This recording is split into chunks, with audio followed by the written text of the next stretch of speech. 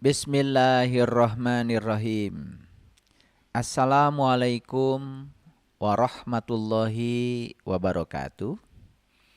Segala puji hanya milik Allah yang selalu menemani kita, membersamai kita dimanapun kita berada. Dan sekarang pun kita sedang ditemani olehnya untuk belajar kesadaran bersamanya. Oleh karena itu mari kita puji Dia bersama-sama membaca hamdalah. Alhamdulillahi Rabbil Alamin. Seperti yang disampaikan Nabi Muhammad, kullu amrin tibalin la yubda'u bi basmalah fahuwa aqta. Setiap pekerjaan mulailah dengan basmalah. Karena basmalah itu bukan sekedar ucapan, tetapi kalau kita mengucapkannya dengan kesadaran, berarti sesungguhnya kita ada di semesta ini atas rencananya, untuk kesenangannya, menjadi wakilnya. Dan tugas kita adalah membawa sifat-sifatnya ke dalam kehidupan ini. Oleh karena itu, mari kita awali para sahabat. Di tangga yang ke-22 ini, kita memohon ridho dan berkah Allah. Semoga kita, sifat dasar kita, sifat asli kita, sudah kembali kepada kita, sehingga kita mencapai keserasian dengan keberadaan. Oleh karena itu, mari kita sapa asma Allah dengan kelembutan dan cinta, seraya membaca basmalah. Bismillahirrahmanirrahim. Di tangga yang ke-21, saya sudah berbicara tentang pencerahan. Dan ternyata pencerahan itu sangat simpel. Pencerahan bukan miliknya orang-orang super.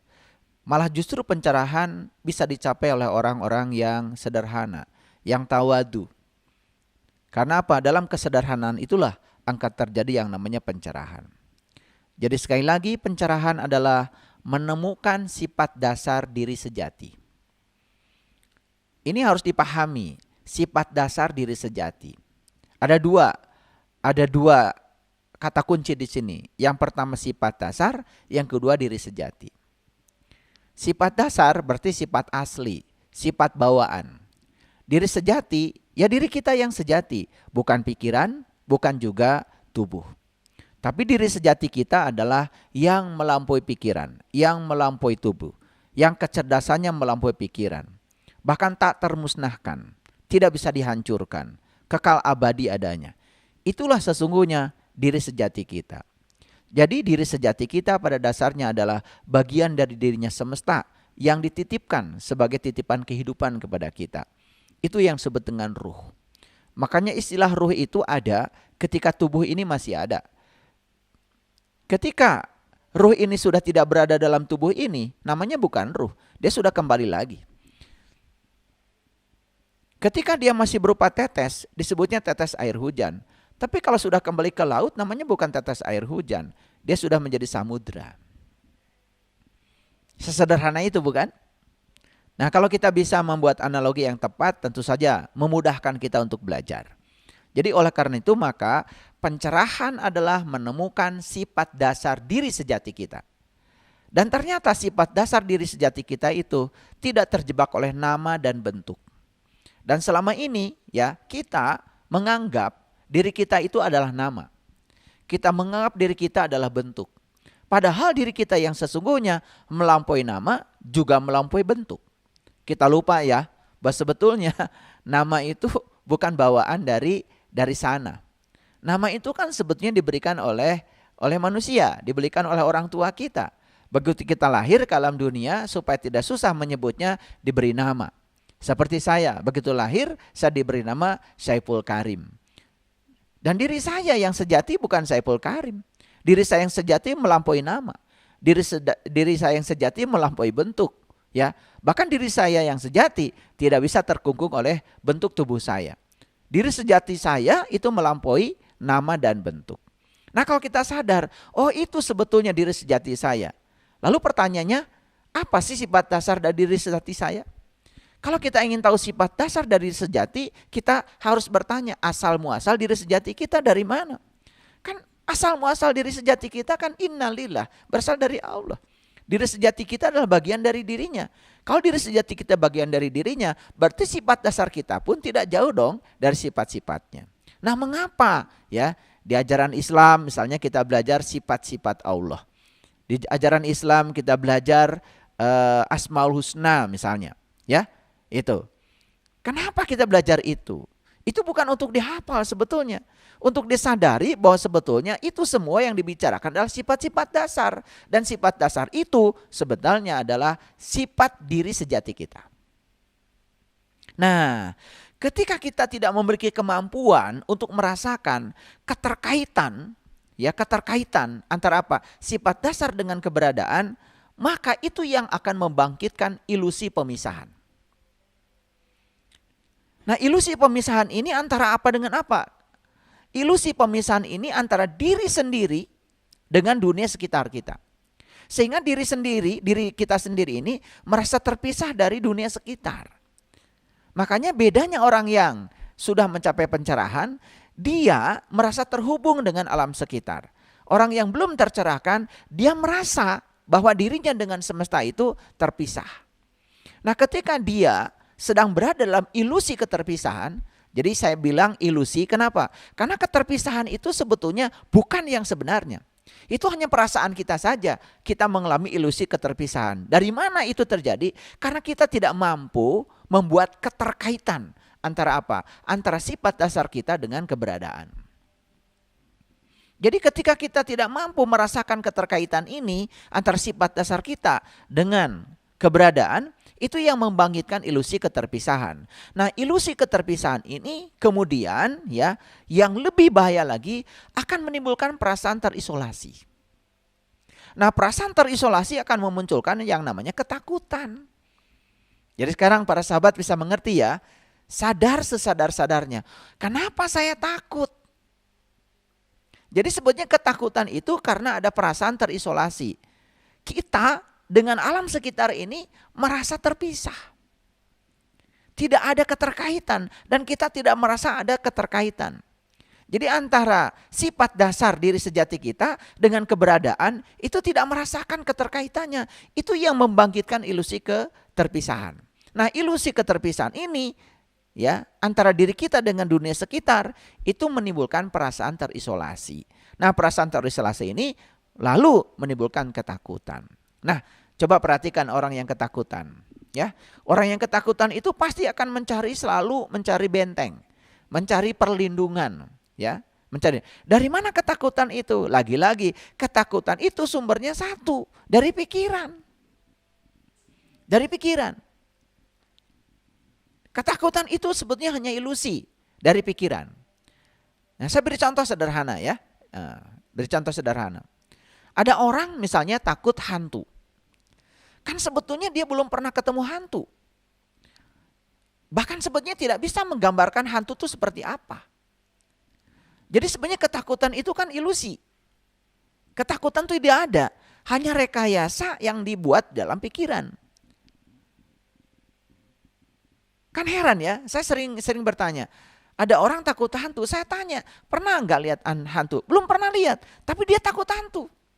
Nah, ketakutan itu karena ilusi pikiran. Sebetulnya yang lebih jelas lagi ya, ketakutan ini berasal dari perasaan kita terisolasi. Nah, perasaan terisolasi ini dari ilusi keterpisahan.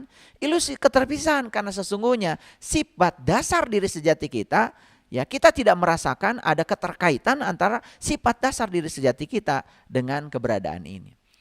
Kalau kita sadar sebetulnya bahwa ya diri kita, diri sejati kita dengan alam sekitar ini adalah satu adanya, bermanunggal, tidak ada keterpisahan, maka tidak mungkin terjadi yang namanya perasaan terisolasi. Otomatis kan sebetulnya ketakutan pun tidak akan pernah ada. Nah, oleh karena itu maka kita pun bisa membebaskan diri dari segala ketakutan. Gimana caranya? Ya tentu saja ketika kita bisa ya meruntuhkan dinding ilusi keterpisahan. Sehingga kita tidak merasa terisolasi dari keberadaan. Jadi ini para sahabat, hambatan besar untuk mengalami realitas keterikatan ini. Nah, saya sebut realitas. Karena sesungguhnya ya keterkaitan antara sifat dasar diri sejati dan keberadaan ini suatu realitas. Tetapi realitas ini tidak akan bisa dicapai ya. Hambatan besarnya apa? Hambatan besarnya kembali lagi kita mengidentikan diri kita sebagai pikiran. Makanya di awal kajian tangga yang ke-21 saya mengatakan, jika kita percaya bahwa diri kita adalah pikiran, ya bersiap-siap saja. Kita akan mengalami begitu banyak penderitaan. Tapi kalau kita sadar bahwa sebenarnya diri kita adalah kecerdasan yang melampaui pikiran, karena pikiran hanya merupakan aspek kecerdasan yang sempit, kita tidak berada di situ lagi. Maka kita akan mengalami hidup yang menakjubkan. Jadi hambatan besar untuk mengalami realitas keterkaitan antara ya sifat dasar diri sejati dengan keberadaan, itu hambatannya karena kita masih mengidentikan diri kita sebagai pikiran. Kita masih percaya kalau diri kita adalah pikiran. Dan saya sudah berulang kali mengatakan, kalau kita percaya diri kita pikiran, maka kita akan dikandalkan oleh pikiran. Dan pikiran akan menjadi majikan kita. Jadi sekali lagi, banyak sekali di antara kita, ya para sahabat, ya, yang tidak menyadari bahwa ketidakmampuan menghentikan pikiran itu merupakan penderitaan. Penderitaan yang sangat mengerikan. Karena hal ini dapat mencegah kita untuk menemukan dunia keteduhan batin. Sehingga batin kita tidak pernah teduh, selalu mengalami kegersangan. Kenapa? Kalau kita sudah mengalami keteduhan batin, kita tidak bisa lagi dipisahkan dengan keberadaan. Takut kehidupan, takut kematian. Kenapa? Karena kita tidak menyadari bahwa sesungguhnya kita ini ya dengan keberadaan itu mengalami keterkaitan. Kalau kita sadar para sahabat, bahwa sebenarnya diri sejati kita itu adalah kekal. Diri sejati kita adalah kekal abadi, seabadi ilahi. Kan tidak mungkin kita mengalami ketakutan akan kehidupan sekaligus juga ketakutan akan kematian. Karena di antara kehidupan dan kematian, kita kan sebenarnya adalah keabadian. Makanya orang-orang yang mengajarkan meditasi biasanya ya menyuruh kita untuk merasakan jeda di antara dua nafas. Jadi napas masuk itu hidup, napas keluar itu mati. Napas hidup masuk itu hidup, napas keluar mati. Kalau kita bisa merasakan jeda di antara napas masuk dan napas keluar, merasakan jeda itu.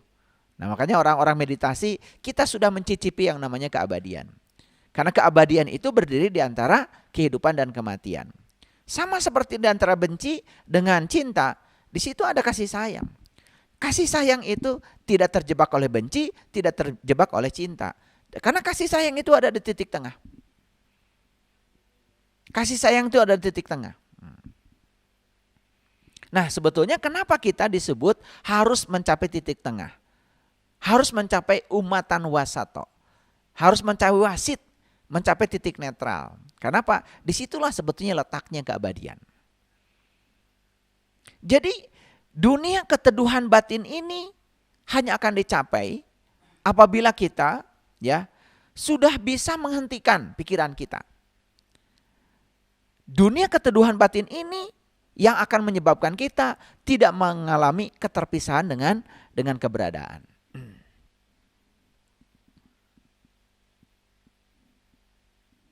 Nah, oleh karena itu, maka sekarang saya akan memberikan teknik. Di tangga yang ke-22 ini ada latihannya. Ini harus dicatat ya para sahabat, sehingga nanti kalau sudah dicatat kemudian dihafalkan, lalu step-step untuk melatihkan teknik ini bisa dengan mudah dilakukan. Nah, teknik ini namanya adalah membebaskan diri dari pikiran sendiri. Membebaskan diri dari pikiran sendiri, inilah satu-satunya yang disebut dengan pembebasan sejati. Karena ketika pembebasan sejati sudah terjadi, maka kita ya tidak akan dikendalikan oleh pikiran kita. Bahkan kita yang mengendalikan pikiran kita. Nah, bagaimana teknisnya? Jadi teknisnya adalah yang pertama. Kita harus sering mendengarkan suara dalam benak kita sendiri. Sesering mungkin. Jadi saya menyebut istilah benak karena apa? Suara itu ada di dalam diri kita. Mulailah mendengarkan suara dalam benak kita sendiri sesering mungkin. Jadi kita ini makanya harus kadang-kadang memerlukan waktu untuk diam sendiri. Diam sendiri mendengarkan suara yang keluar dari diri kita sendiri. Maka saya sebut karena itu suara ada di dalam diri kita, saya sebut saja benak. Yang kedua, ya, ketika kita mendengarkan suara dalam benak kita ini, ya, dan ini harus sering kita mendengarkan itu, makanya kalau saya secara pribadi, saya sering sekali ya minta izin kepada orang-orang di sekitar saya. Kadang-kadang saya duduk di kursi ya, di taman. Saya duduk di dapur, kadang-kadang saya duduk di meja makan gitu. Kemudian saya minta izin, ya bukan melamun. Tapi saya sedang mendengarkan suara dalam benak saya sendiri. Dan saya sering melakukan itu. Nah, ketika kita mendengarkan suara dalam benak kita sendiri, yang kedua, beri perhatian khusus. Terutama pada pola pikir yang berulang. Nah, dari mana pola pikir yang berulang itu? Itu pola pikir yang berulang itu sebetulnya dari pita rekaman lama. Yang mungkin masih ada di dalam benak kita. Dan itu pita rekaman lama yang ada di memori kita, ya, yang pernah masuk ke dalam memori kita, di long term memory, di pikiran bawah sadar kita, itu sudah tinggal sangat lama. Tetapi itu ya tidak pernah tergantikan polanya, tidak pernah tergantikan programnya. Jadi khusus untuk ya pola pikir yang bersifat pengulangan yang selalu keluar berulang-ulang ya dari diri kita, beri perhatian khusus. Ini teknik sudah saya buktikan dan ternyata luar biasa. Kita betul-betul bisa menguasai pikiran kita. Jadi yang pertama, mulai mendengarkan suara dalam benak kita sesering mungkin. Kapan itu bisa kita lakukan? Coba belajar memisahkan diri, mengasingkan diri. Hening, ya hening sejenak. Kita minta izin aja kepada orang di sekitar kita supaya kita tidak dianggap melamun. Lalu yang kedua, beri perhatian khusus pada setiap pola pikir yang bersifat pengulangan. Terutama yang datang dari pita rekaman lama yang mungkin ya telah diputar dalam benak kita selama bertahun-tahun. Ya mungkin saya beri contoh lah sederhana ya. Jadi ada pola pikir yang sudah terbentuk di alam bawah sadar kita. Dan pola pikir itu sudah menjadi paradigma. Itu dari pita rekaman lama yang sudah bertahun-tahun dalam diri kita.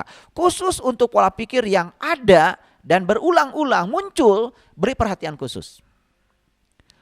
Lalu setelah kita memberi perhatian khusus pada pola pikir yang berulang-ulang, masuk langkah yang ketiga. Dengarkan suara benak kita dan hadir di sana sebagai saksi. Jadi ketika kita sedang mendengarkan suara dari dalam diri kita, berarti kita memposisikan sebagai pendengar. Bukankah pendengar itu adalah saksi? Awas ya. Kalau mendengarkan itu berarti ada yang mendengarkan, ada yang didengarkan. Nah, yang didengarkan itu adalah suara dari pikiran, suara dari benak kita. Sedangkan yang mendengarkan itu jelas bukan pikiran, itu pihak lain. Nah, yang mendengarkan itu adalah diri kita. Jadi kita saat itu sudah menjadi saksi. Itu langkah yang ketiga. Langkah yang keempat, ini perhatikan. Jadi langkah yang pertama tadi apa? Kita mendengarkan suara yang ada di benak kita. Dan jika perlu sesering mungkin. Yang kedua, beri perhatian khusus pola pikir yang bersifat pengulangan. Ya, yang bersifat pengulangan. Yang ketiga, ya, dengarkan suara benak kita dan kita hadir di sana. Hadir di sana. Dan kita hadir di sana ya bukan sebagai siapa-siapa, tapi sebagai saksi. Jadi kita hanya menyaksikan. Awas ya, jangan terlibat. Kalau saksi itu kan hanya menyaksikan saja. Nah, ketika kita mendengarkan, cukup kita menjadi saksi, jangan terlibat. Jangan terlibat. Begitu kita terlibat dengan yang didengarkan, ya sudah, kita tidak akan sukses untuk bisa mengendalikan pikiran kita. Nah, kita itu sering mendengar, sering terlibat pada apa yang didengarkan. Itu yang disebut dengan syaiton sebetulnya. Nah, kenapa kemudian di Quran ya syaiton itu dikatakan ya yuwaswisu fi sudur. Yang suka membisikkan kesadaran. Jadi sebetulnya setan itu siapa sebetulnya? Setan itu adalah pikiran kita yang belum terkendali. Kalau membisik itu kan tidak mungkin dari jarak jauh. Membisik itu dari jarak dekat. Nah, pada saat kita sedang mendengarkan suara dari benak kita itu, kemudian kita terlibat emosi kita, kita kan jadi ngikut lagi ya pada arus yang ada di dalam pikiran kita. Nah, harusnya kita hanya sebagai saksi saja, cukup kita mendengarkan. Nah, ketika mendengarkan suara itu, simak oleh kita. Jangan ada pemihakan. Jangan menghakimi. Jangan menilai, apalagi benar salah. Cukup menjadi saksi dan cukup kita mendengarkan saja. Karena begitu kita memihak, begitu kita menghakimi, terjebak benar salah lagi, kita menilai, maka akan muncul suara yang sama lewat pintu belakang. Jadi artinya suara yang tadi itu tidak akan pernah hilang. Jadi sebetulnya mendengarkan suara dari benak tadi itu supaya suara itu nanti hilang. Dan ini hebatnya para sahabat, suara itu hilang. Pengulangan dari pola pikir itu hilang. Kapan itu terjadi? Kalau kita saat mendengarkan, kita hanya mendengar suara itu, tidak memihak, tidak menghakimi, tidak menilai. Kita cukup mendengar saja. Tetapi ketika kita mulai menilai, menghakimi, apalagi memberikan justifikasi benar salah, baik buruk, sudah suara itu hilang, nanti akan muncul suara yang sama dari pintu belakang. Sehingga suara yang itu juga. Dan itu yang menyebabkan kenapa seseorang selalu memiliki pola pikir yang sama. Tidak berubah.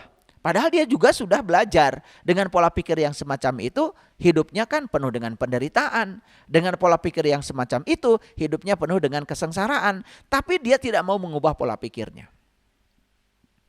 Ini sudah tangga yang ke-22 para sahabat. Jadi saya sudah memberikan latihan-latihan yang ringan. Ya, tetapi ini ya luar biasa kalau mau melakukannya. Nah, langkah yang kelima.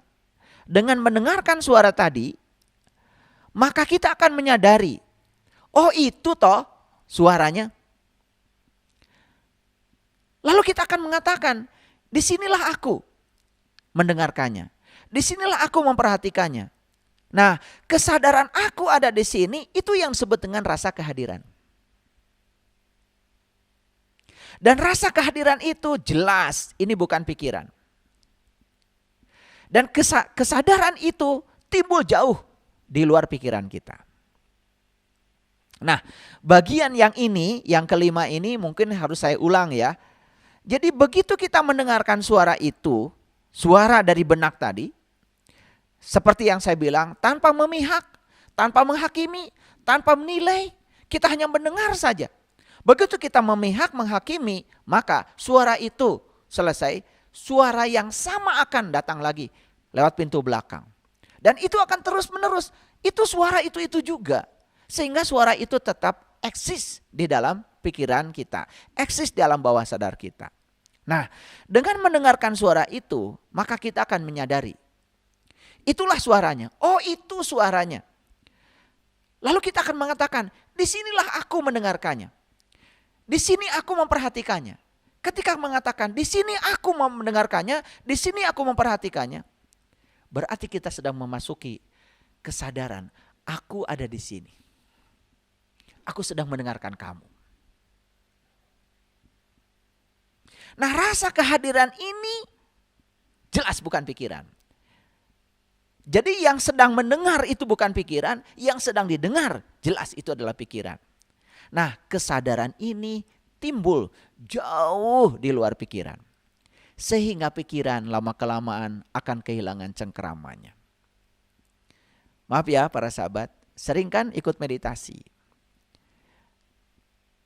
Tetapi kalau kita tidak belajar dari orang yang tepat tentang meditasi, ya, kita tidak akan berhasil.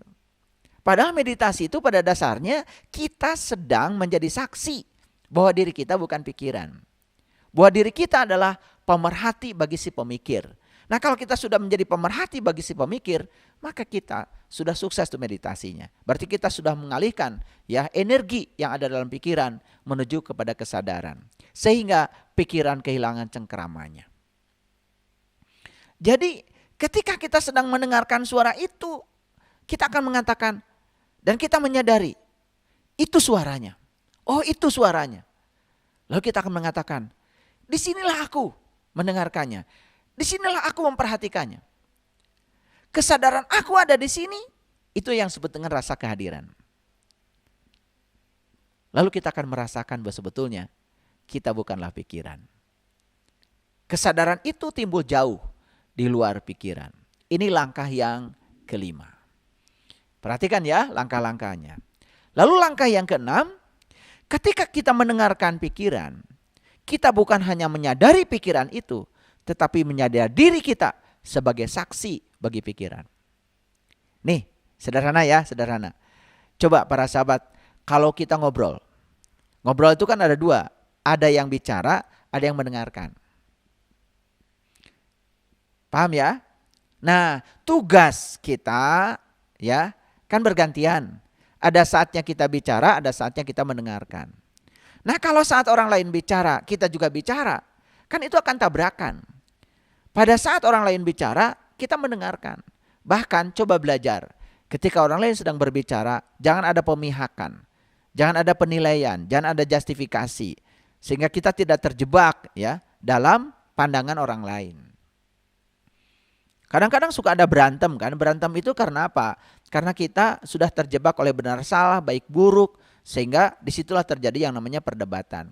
Nah, kalau kita berdebat dengan pikiran kita, jadi kesadaran yang melampaui pikiran itu sedang berdebat dengan pikiran kita sendiri. Apa yang terjadi? Maka pikiran itu tidak akan kehilangan cengkeramanya.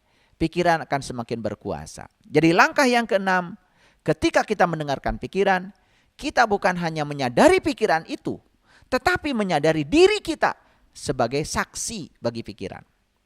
Nah, ketika kita jadi saksi bagi pikiran, sesederhana itu para sahabat, maka pikiran akan kehilangan cengkeramanya. Lalu masuk pada langkah yang ketujuh, dengan melakukan langkah-langkah yang tadi dari 1 sampai 6, maka kita akan memasuki dimensi baru. Nah, dimensi baru itu adalah kesadaran. Jadi saya sebetulnya sudah lama ya belajar tentang titian kesadaran ini. Makanya ketika saya ditanya oleh tim IT ya, ada gagasan lain enggak ya yang ingin bisa disampaikan kepada publik. Ya tentu saja kalau saya terbiasa menyampaikan gagasan itu sesuatu yang sudah terbukti, yang sudah teruji, yang saya sendiri sudah mengalaminya. Yang saya sendiri sudah memahaminya dari pengalaman saya, bukan apa kata orang. Lalu saya kemudian muncul, oh iya kayaknya bagus deh kalau kita memberikan 30 tangga kesadaran. Nah ini ada kaitannya juga sebetulnya ya dengan bulan suci Ramadan. Karena kan di bulan suci Ramadan kita kan sedang puasa. Jadi puasa itu kan sebetulnya intisarinya adalah keheningan. Puasa itu dari ya upavasa. Berdiam di keheningan, berdiam di keluhuran. Jadi sebetulnya puasa itu ya bukan sekedar menahan lapar dan dahaga. Memang ya ketika kita melaparkan tubuh, mendahagakan tubuh, kesadaran kita meningkat. Tapi kesadaran akibat dari melaparkan tubuh dan mendahagakan tubuh, itu kesadarannya itu meningkat tidak terlalu drastis. Karena kesadaran yang paling luar biasa dan meningkat itu adalah berasal dari pikiran. Ketika pikiran kita bisa hening. Makanya sebetulnya puasa itu adalah kita belajar hening. Hening di mana? Heningnya pikiran kita. Itu yang sering disebut oleh para leluhur kita barangkali puasa itu ada puasa jasmani, ada puasa hati. Makanya ada puasa umum, ada puasa khusus, ada puasa khususil bu khusus. Banyak yang sering membahas ini. Puasa umum itu katanya yang hanya menahan lapar dan dahaga. Kalau puasa khusus itu adalah sudah masuk pada puasa yang lebih istimewa lagi. Ada lagi kan puasa khususil khusus. Yang dalam hadis qudsi kan dikatakan puasa itu, saum itu sesungguhnya adalah berbuka dan berjumpa dengan diri sejati. Nah ini ada kaitan dengan kesadaran sebetulnya. Jadi barangkali ada momen ya. Karena kita akan melaksanakan puasa sebanyak 30 hari, bagus ya kalau setiap hari kita coba belajar kesadaran. Makanya saya kemudian terbesit dalam pikiran saya coba ya latihan kesadaran yang selama ini saya sudah latih pada diri saya rangkum dalam 30 tangga. Ini dikaitkan dengan 30 hari bulan Ramadan. Sehingga harapan saya bisa berbagi pengalaman. Sehingga selesai kita melaksanakan saum selama 30 hari itu, memasuki Idul Fitri, kita mendapatkan hidangan langit kita mendapatkan ketenangan batin kita tahu jati diri kita yang sesungguhnya, dan kita ya punya kesadaran baru.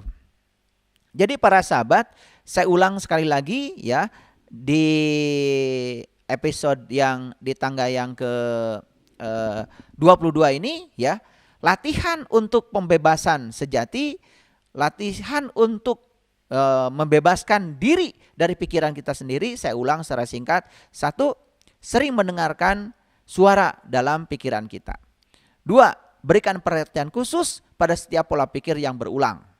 Yang ketiga, ya, saat kita mendengarkan suara itu, kita hadir di sana sebagai saksi. Ingat ya, sebagai saksi. Yang keempat, ketika suara itu kita dengar, jangan memihak, jangan menghakimi, jangan menilai. Ya, apa kita dengar?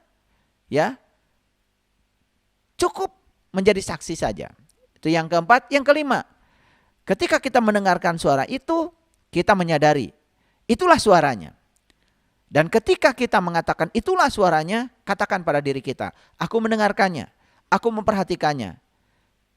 Kesadaran aku ada di sini, itu yang disebut dengan rasa kehadiran.